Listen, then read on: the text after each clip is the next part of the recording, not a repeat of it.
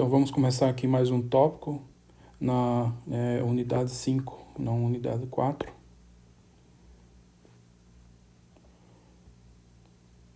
Então aqui nessa unidade a gente vai tratar dos vetores aleatórios. Já falamos de variáveis aleatórias e agora vamos falar de vetores aleatórios. Então a gente vai ver o conceito de vetor aleatório e a função de distribuição de probabilidade de um vetor aleatório, assim como vocês têm FDP de variável aleatória, a gente vai ter aqui também FDP de vetor aleatório.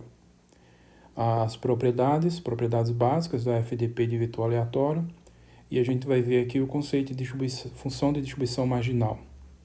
Então, exercícios como sempre vão ficar e a recomendação de complementar o estudo desse vídeo com o estudo das referências, em especial esse livro aqui.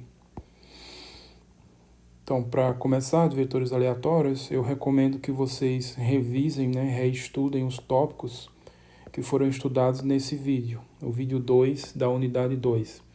Então, nesse vídeo, isso aqui é a unidade 2, foi onde a gente falou sobre funções mensuráveis.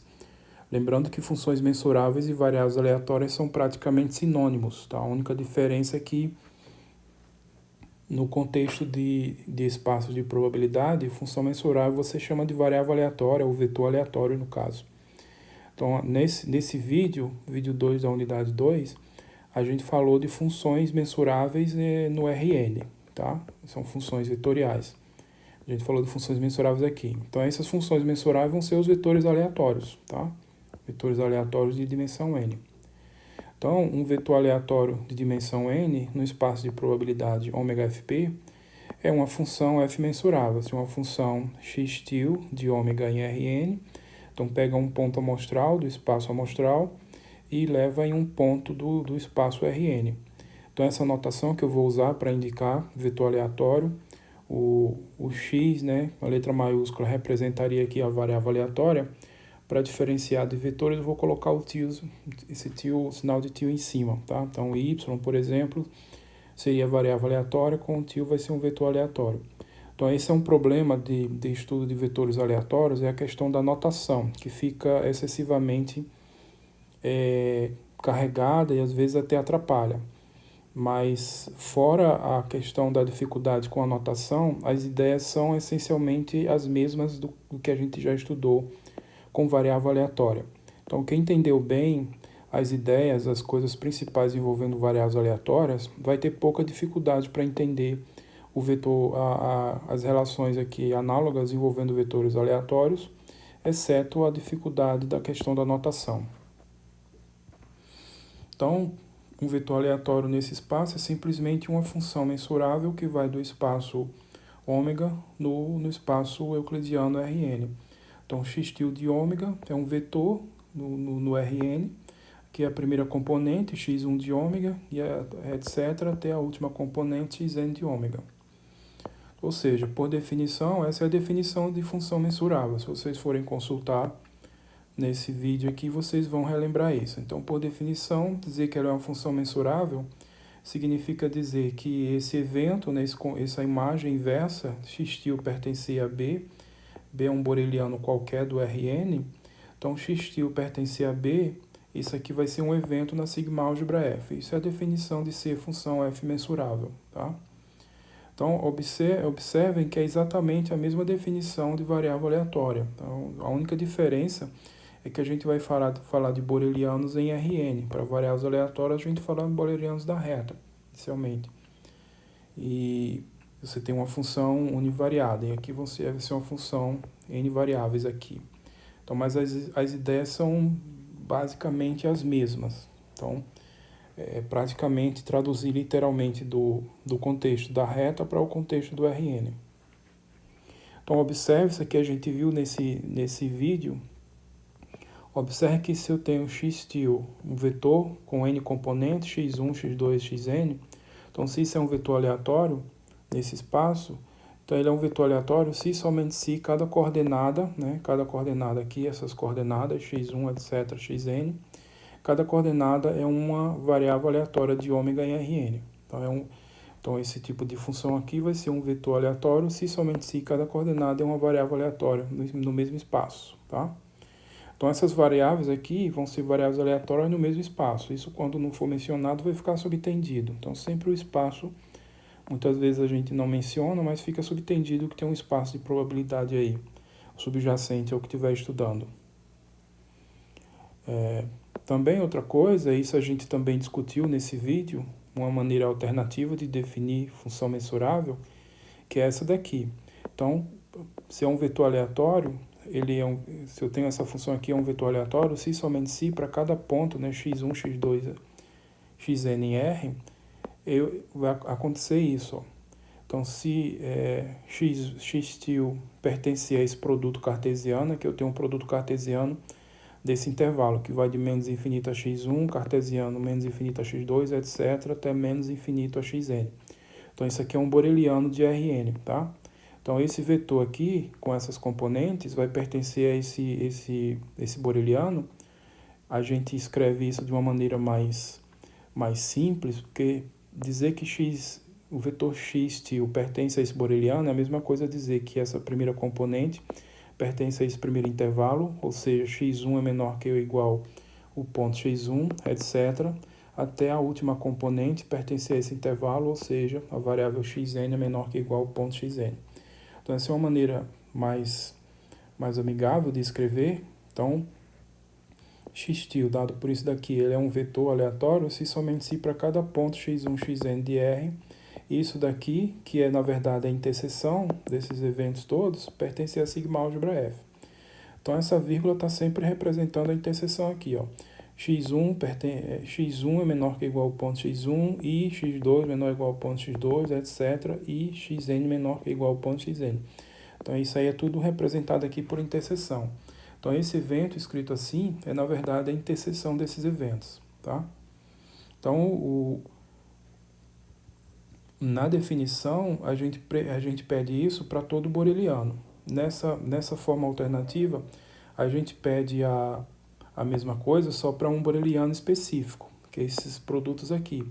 Simplesmente vocês devem lembrar, quando vocês revisarem esse vídeo, que essa coleção desses intervalos forma uma coleção de geradores dos borelianos de Rn. Bom, a questão da notação aqui, no caso geral, ela dificulta muito. Fica sobrecarregado, dificulta muito, às vezes fica até complicado para entender as ideias básicas, mas se vocês captarem as ideias básicas, vocês vão ver que não é tão difícil não, só a notação que acaba atrapalhando.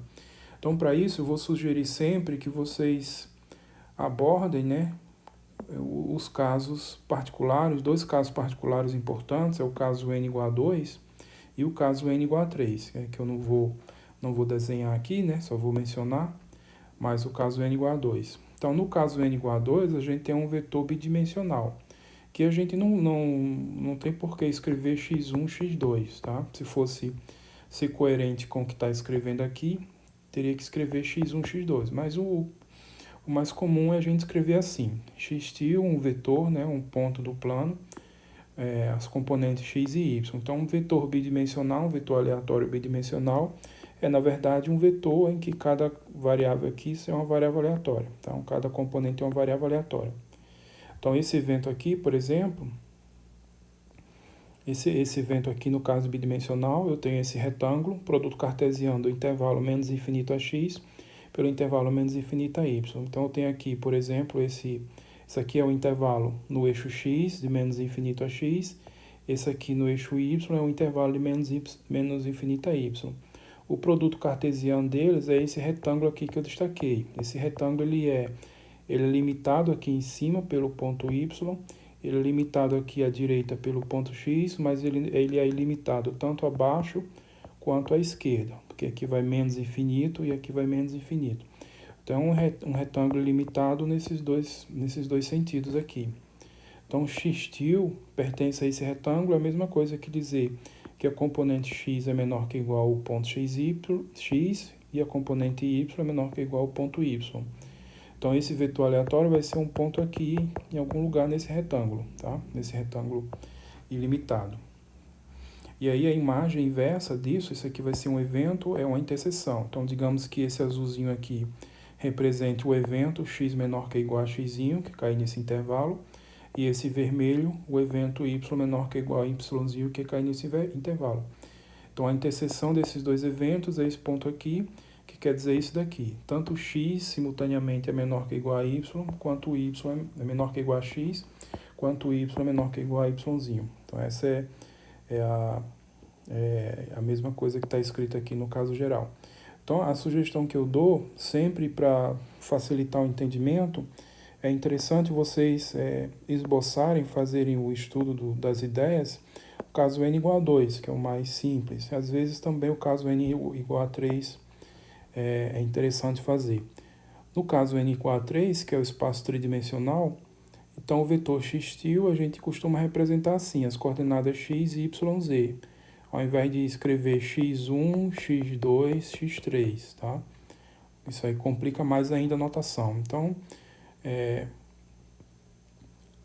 a gente adota o uso dessas letras, né, para o vetor de 3 dimensões, para simplificar a notação. Então, esse evento aqui, esse retângulo aqui, no caso, aqui é mais difícil de esboçar, né? Aqui no plano é mais simples, apesar de ser possível também no espaço tridimensional, mas basta dizer que esse vetor está nesse produto cartesiano desses 3 intervalos, significa dizer que a componente x é menor que ou igual ao ponto x, a componente y é menor que ou igual ao ponto y, e a componente z é menor que ou igual ao ponto z.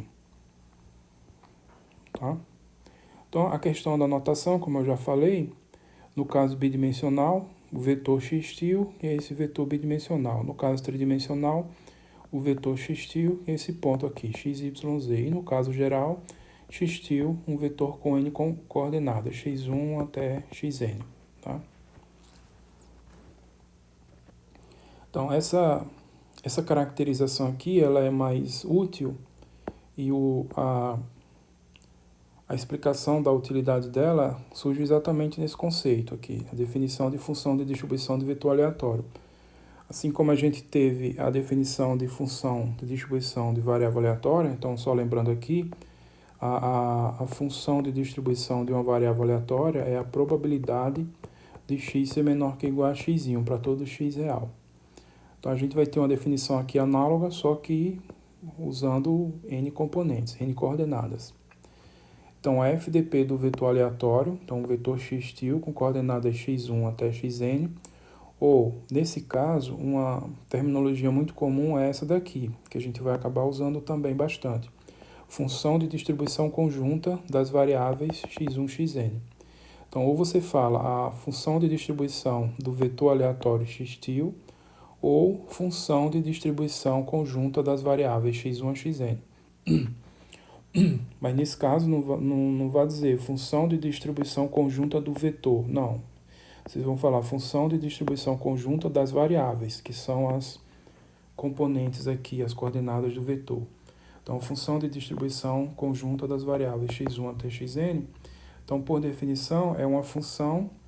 Então, aqui, quando for necessário, eu vou escrever assim, tá? Quando for necessário explicitar as variáveis, então f escrevendo as componentes aqui. Ou então f índice o x', que é o vetor. Mas quando não houver problema de confundir, eu vou usar simplesmente a letra f. Tá? E vai ficar subtendido que é a função de distribuição do vetor x' ou a função de distribuição conjunta das variáveis x1 até xn. Mas isso aqui vai ser uma função que vai do Rn, então o domínio dessa função é o espaço Rn, então vai pegar pontos do Rn, x1 até xn, e o contradomínio no intervalo 0, 1, então o valor aqui vai ser um número, né, fx1, xn, no intervalo 0, 1, e ela vai ser definida analogamente ao caso dimensão 1. Fx' f do ponto x1, xn, por definição é o que? A probabilidade de simultaneamente x1 ser menor ou igual ao ponto x1, etc., até xn ser menor que ou igual ao ponto xn. Então, é a probabilidade de ocorrência desse evento aqui, ó. Probabilidade de ocorrência desse evento. Então, a função calculada nesse ponto é definida por essa probabilidade. Isso vale para todo ponto x', o vetor x1, xn no Rn. Então, reforçando aqui o que eu disse sobre o caso n igual a 2 e n igual a 3, então vou deixar como exercício vocês escreverem essa definição para o caso n igual a 2 e n igual a 3. O que eu quero aqui exatamente? Simplesmente vocês repetirem essa definição só usando a notação simplificada, né, dos componentes x e y. Então, ao invés de escrever isso aqui, você vai escrever simplesmente x menor que igual a x, y menor que igual a y. Analogamente, no caso n igual a 3, vai escrever x menor que x, y menor que igual a y e z menor que igual a z. Então, só esses dois casos para destacar que eles vão acabar sendo os mais comuns aqui na disciplina. Então, escreva, né, reescreva a definição só para assimilar bem nesses dois casos. Bom, as propriedades. Quando a gente estudou função de distribuição de uma variável aleatória, a gente viu que elas são caracterizadas por 4 propriedades, né? Limite, elas são contínuas, elas são monótonas não decrescente, elas são contínuas à direita, tem um limite assintótico no menos infinito valendo 0 e o limite assintótico no mais infinito valendo 1. Então, essas 4 propriedades são as propriedades que toda função de distribuição satisfaz e, na verdade, elas caracterizam as funções de distribuição. Então, uma função é uma função de distribuição se somente se vale essas 4 propriedades.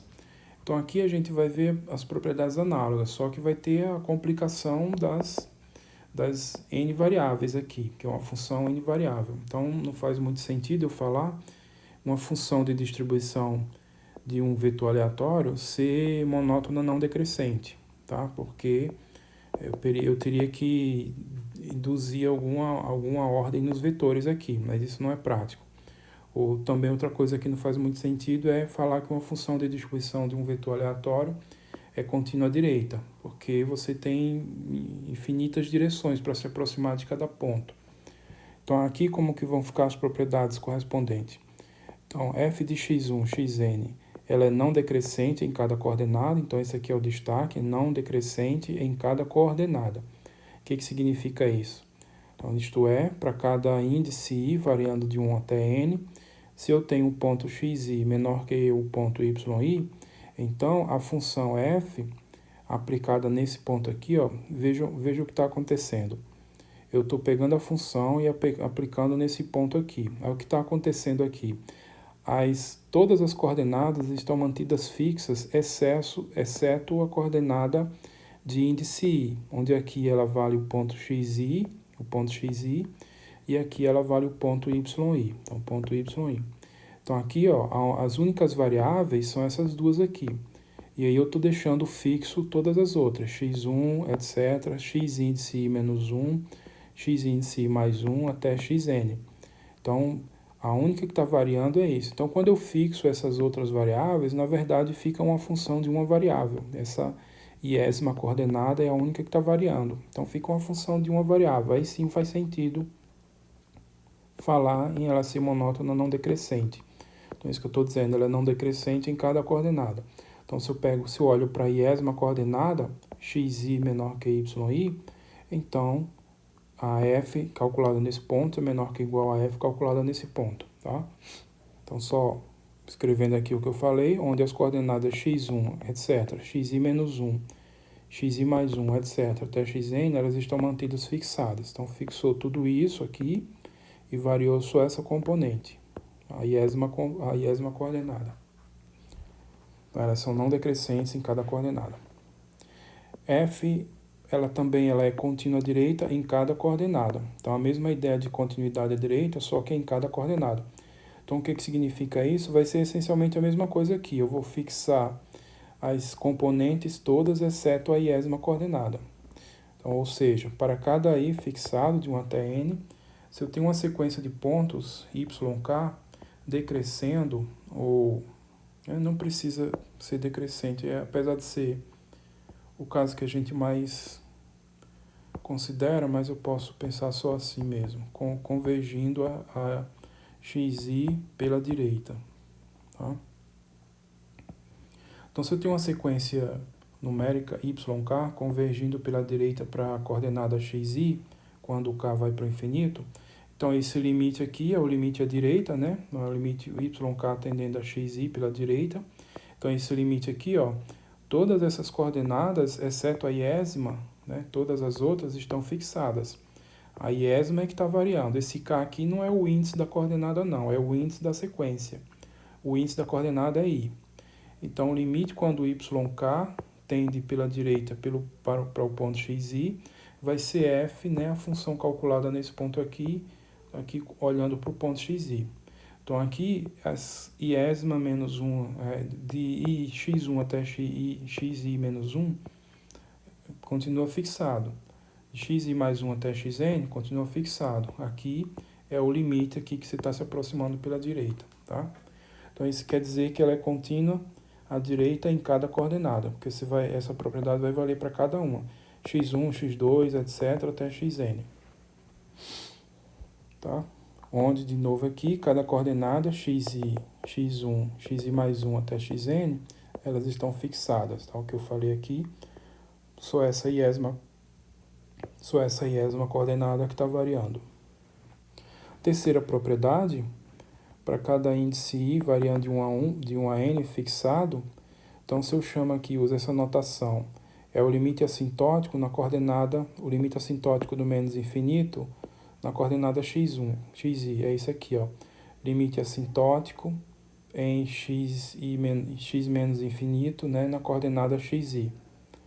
Então, o que está acontecendo aqui? Ó? De novo, essas coordenadas aqui, exceto a iésima, elas estão fixadas. Então, a iésima coordenada é que está variando. E aí eu vou fazer o ponto xi tender a menos infinito.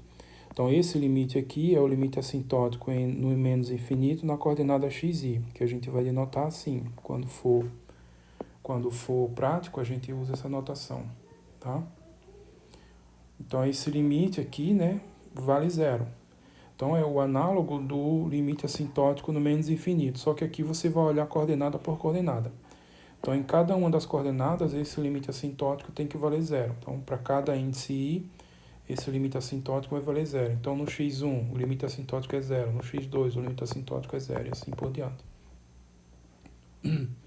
A quarta e última propriedade, então eu vou usar essa notação aqui, a função f calculada no ponto mais infinito, né? Todas as coordenadas aqui valendo mais infinito. Por definição, isso é o quê? Isso é o limite da função f no x1, x2, xn, etc. Para todas as coordenadas, aqui aumentar um pouquinho aqui, nesse limite, eu estou fazendo o quê? Cada uma das coordenadas convergindo para mais infinito. Para todo índice i, limite xi tende a mais infinito. Então, eu vou fazer x1 tender a mais infinito, x2 tender a mais infinito, etc. até xn para mais infinito. E aí a gente vai usar essa notação aqui, a f no ponto mais infinito aqui. Então, esse é o limite assintótico simultâneo no mais infinito. Então, esse limite aqui ele vai valer 1. Tá?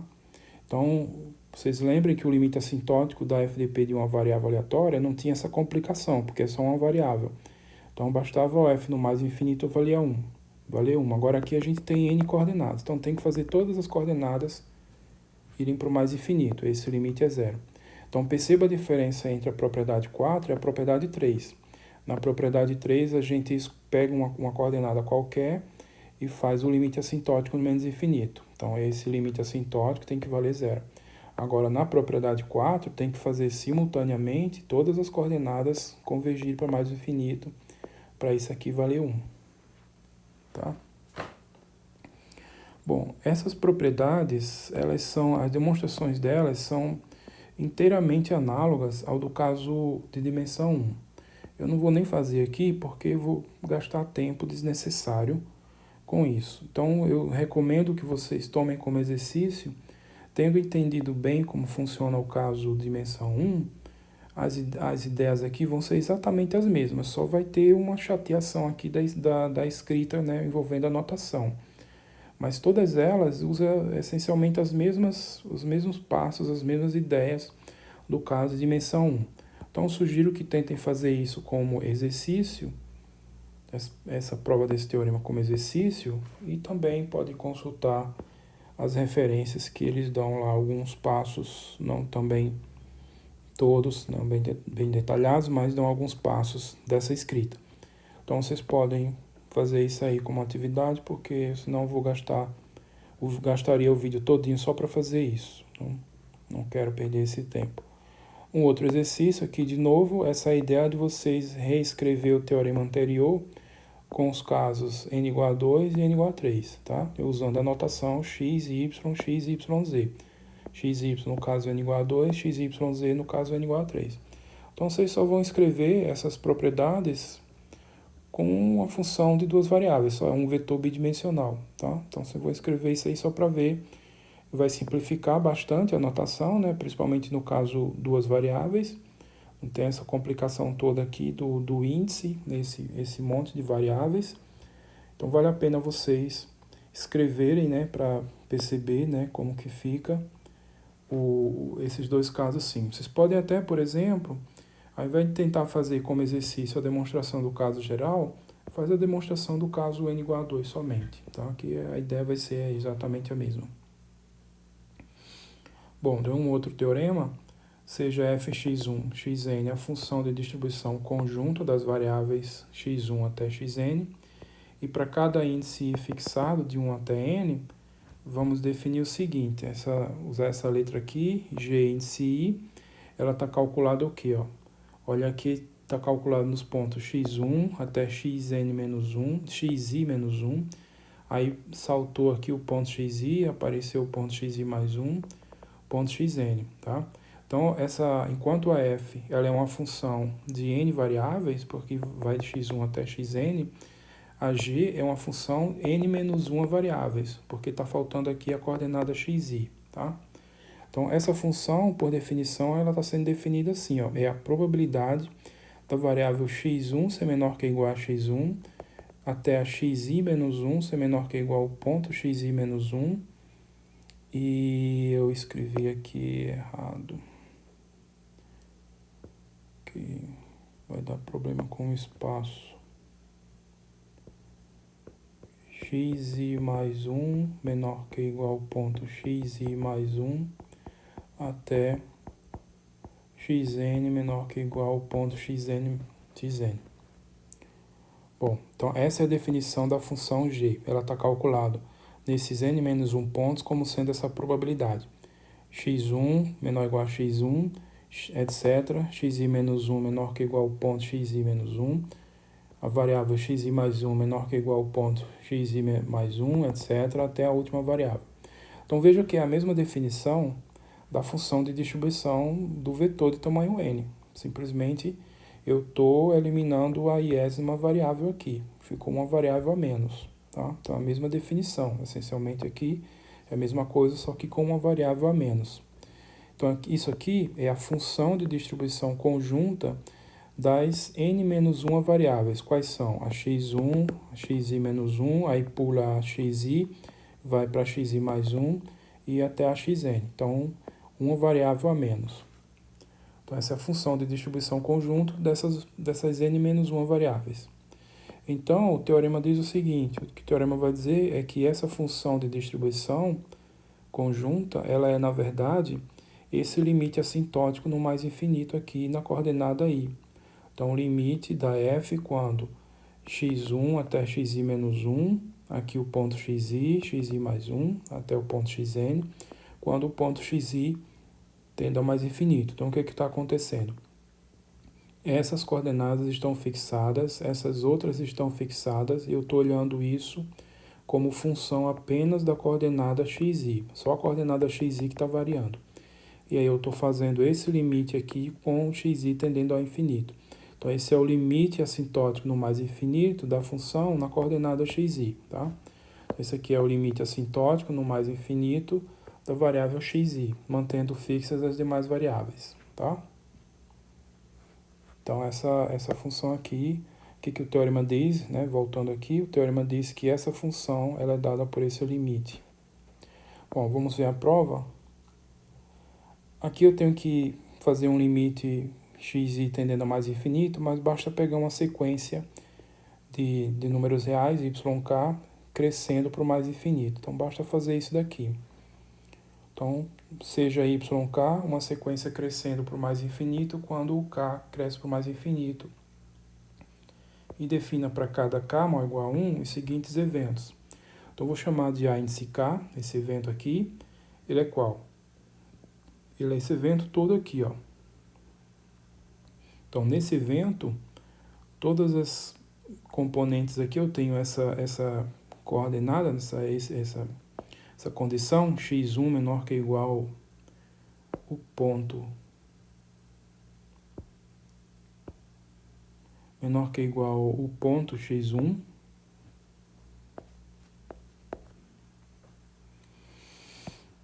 Então, a variável x1 menor que ou igual ao ponto x1, etc. A variável xi menos 1 menor que ou igual ao ponto xi menos 1. A variável xi menor que o ponto yk. Então, por isso que tem esse índice k aqui no evento. Eu vou ter uma sequência de eventos que vai variar de acordo com a sequência, com o índice aqui da sequência. Essa sequência aqui, sequência de números reais crescendo para o infinito. Aí depois a variável xi mais 1 menor que ou igual ao xi mais 1, etc. Até a xn menor que ou igual a xn. Então esse evento ele pode ser escrito assim também, ó, como essa interseção toda. Interseção, esse evento aqui é o mesmo, etc. Esse aqui é o mesmo aqui, esse aqui é esse evento aqui, e até os demais. Então eu posso escrever esse evento como sendo a interseção aqui. Só que acontece que como esses eventos aqui estão... Esses pontos aqui estão todos fixados, esses eventos aqui não vão mudar não. Só quem vai mudar é esse evento aqui, ó. Esse evento aqui que vai mudar. E esse evento, o que acontece com esses eventos? Esses eventos aí, xi menor que ou igual a yk, eles vão crescer para o ômega todo. Por quê? Porque a sequência cresce para o mais infinito. Então, isso aqui crescer para o mais infinito é a mesma coisa que dizer que a variável aleatória é um número real. Então, isso é a definição, simplesmente, e então, isso é o ômega todo. Então, a gente viu esse tipo de coisa no vídeo quando a gente falou de função de distribuição de uma variável aleatória. Então, aqui é exatamente a mesma coisa. Então, nesses eventos, exceto esse iesmo aqui, eu não vou mexer nada. Só nesse que eu vou mexer. Então, esses outros todos estão fixados. Então, esse evento central aqui, ele vai convergir para o ômega. Então, essa interseção aqui vai ficar interseção com o ômega aqui, ó. Qualquer conjunto, interseção com o ômega é o próprio conjunto. Então, quando eu fizer o YK crescer para o mais infinito, esse evento vai dar o ômega e essa interseção aqui vai sobrar toda. Só vai ficar essa interseção. E isso aqui vai sumir porque aqui, na verdade, é o ômega. Então, ó, primeiro a gente observa que a gente tem a monotonicidade. Se YK é menor que YK mais 1, que eu estou tomando uma sequência crescendo, né? Então, YK menor que ou igual a mais 1, YK mais 1, então os correspondentes eventos vão ter essa propriedade. Xi menor que ou igual a YK está contido no Xi menor que ou igual a YK mais 1. Faltou um aqui. Deixa eu melhorar isso.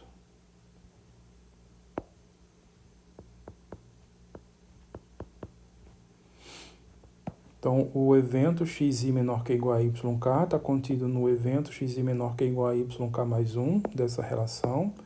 E daí, ó, nesse evento aqui, é a única mudança que vai ter do AK para o AK mais 1. O resto é tudo igual nos dois. Então, o evento AK está contido no evento AK mais 1.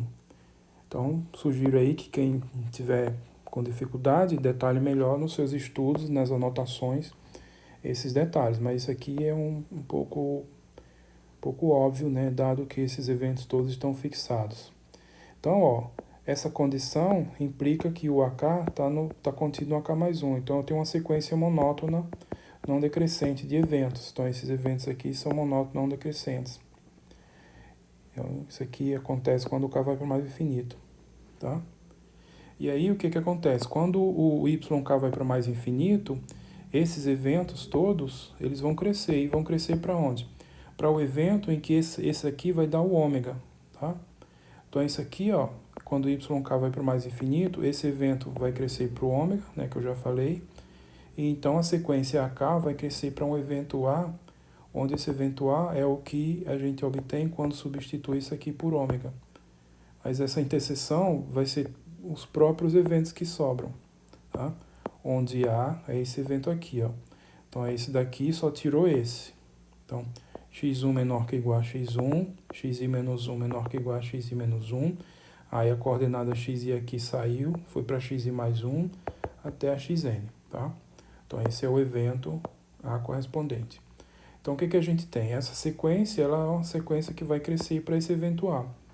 E aí eu vou usar agora a propriedade de continuidade da probabilidade. Então, essa função, né, a FDP, a função conjunta, função de distribuição conjunta desses n-1 vetores, ela por definição, né, vai ser o quê? Essa probabilidade. Só que essa probabilidade, esse evento que está aqui é o evento A, esse evento A aqui, foi definido aqui. E esse evento A, por sua vez, é o limite, né, monótono não decrescente desses eventos acaso. Então, pela propriedade de continuidade, a probabilidade de A é o limite, quando o K tende ao infinito, da probabilidade desses eventos acaso. Só que a probabilidade desses eventos acaso é a probabilidade desse evento aqui, desse evento todo aqui. E isso, por definição, é a função de distribuição conjunta calculada nesse ponto. Então, esses pontos aqui, tem aqui no meio o YK e esses outros fixos. Então, só o YK que eu estou fazendo tendeu ao infinito. Então, ó, e quando eu faço esse limite aqui, isso aqui vai dar exatamente a função f no ponto xi mais 1, tá? Xi mais 1 não, xi. Desculpa, é que aqui eu peguei uma sequência, né? Eu particularizei, eu quero provar que vale que essa função é esse limite. Então, ela vai ser calculada com a coordenada xi tendendo a mais infinito, tendendo de qualquer jeito. Monótono não decrescente, né? Através de sequências ou não. Mas para fazer a demonstração, eu peguei uma sequência qualquer. Então, para provar esse limite, basta pegar uma sequência qualquer. Então, como essa sequência qualquer aqui, ó, esse limite aqui é, na verdade, o limite quando xi tende a mais infinito, tá? Então, basta pegar uma sequência. Então, só observe, aqui, ó, aqui, esse limite aqui, o YK está tendendo mais infinito, mas eu estou olhando para o índice, tá? XK, porque eu peguei uma sequência. Agora, aqui eu estou fazendo o xi continuamente para mais infinito, tá? Vocês sabem dos cálculos e das análises também, que a gente quer estudar um limite desse, basta pegar uma sequência, tá? Bom, então a gente tem essa relação, e aí de novo eu dou aqui, através do exercício, a recomendação de vocês escrever esse resultado com os casos n igual a 2 usando essa notação, tá? Só para simplificar melhor e vocês entenderem melhor que elimina, principalmente no caso n igual a 2, com a notação x e y, fica bem mais simples, tá? Então, vocês vão entender melhor. Entendendo bem o caso n igual a 2, o caso geral, as mesmas ideias. Fica bem mais complicado a questão da notação, bem mais trabalhosa também e um pouco chata de escrever, tá? Mas é necessário. Então, refaçam, né? Reescrevam o teorema, podem até repetir a demonstração no caso n igual a 2, no caso n igual a 3. É interessante fazer o caso n3 porque aqui vocês vão ter três situações. Pode fixar yz e fazer x tender ao mais infinito. Pode fixar x e z e fazer o y tender ao mais infinito. E pode fixar x e y e fazer o z tendendo a mais infinito. Tá? Então, nesse caso, vocês têm três vetores. Aqui só vai ter dois, né? O x fixa o y, faz o x para o mais infinito, ou fixa o x e faz o y mais infinito. Bom, esse resultado aí, esse teorema, e aí aparece esse conceito aqui, né? Função de distribuição marginal. Ele é um pouco parecido com o teorema anterior, só que até um pouco mais simples assim de escrever. Então, seja fx1, xn, a função de distribuição conjunta das variáveis, né, x1 até xn. Então, para cada índice i, de 1 até n, a FTP da variável xi é dada por. Então, isso aqui é a FDP da variável xi, como a gente já estudou anteriormente. Função de distribuição de uma variável aleatória, só que você vai olhar para cada uma. O vetor tem n coordenadas, então x1, etc., até xn. Então, tem a FDP da x1, a FDP da x2, etc., até a FDP da xn. Então, a FDP da xi, qualquer que seja o i, ela é dada por quem? Ela é dada por essa expressão aqui, ó. Então, o que é isso? Isso aqui é a notação para indicar limites assintóticos, exceto nessa coordenada, tá? Então, essa função aqui, ó, todas as coordenadas,